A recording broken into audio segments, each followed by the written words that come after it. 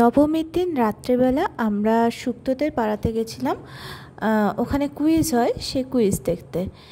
যদিও ফিরতে অনেকটাই রাত হয়ে গিয়েছিল, প্রায় 10:30 হয়ে গিয়েছিল, মানে 10:30 কুইজটা শেষ হয়েছে, আর বাড়ি ফিরতে ফিরতে আরও অনেকটাই দেরি হয়ে গিয়েছিল।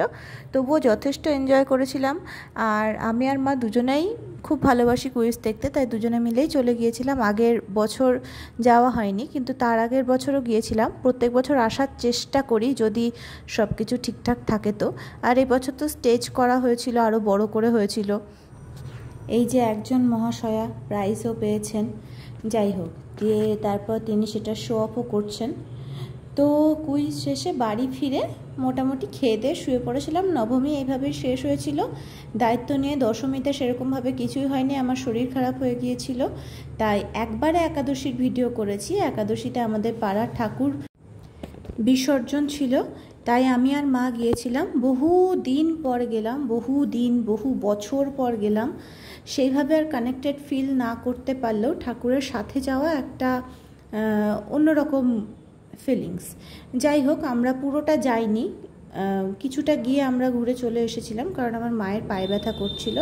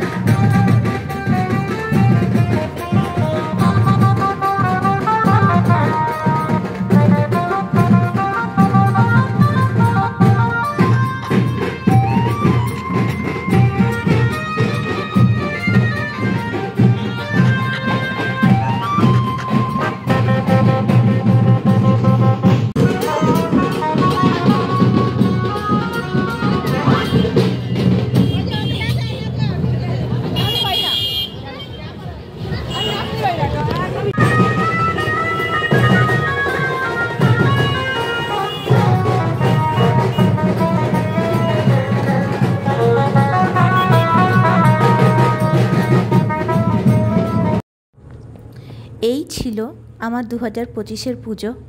অনেক ভালো মেমোরিজ তৈরি হয়েছে, আবার অনেক নেগেটিভ জিনিসপত্রও ঘটে গেছে। আশা করছি ভালো জিনিসপত্রগুলো নিয়েই এগোতে পারবো।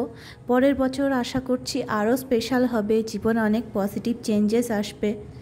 সবসময় চেষ্টা করব যাতে সব কিছু ভালোভাবেই থাকে, ভালোর দিকেই এগোই। আমাদের পাড়ার মা যতদূর গেছে, যতদূর চোখ গেছে তাকিয়েছিলাম, তারপরে ফিরে এসেছি। আপাতত আসছে বছর আবার হবে। টাটা।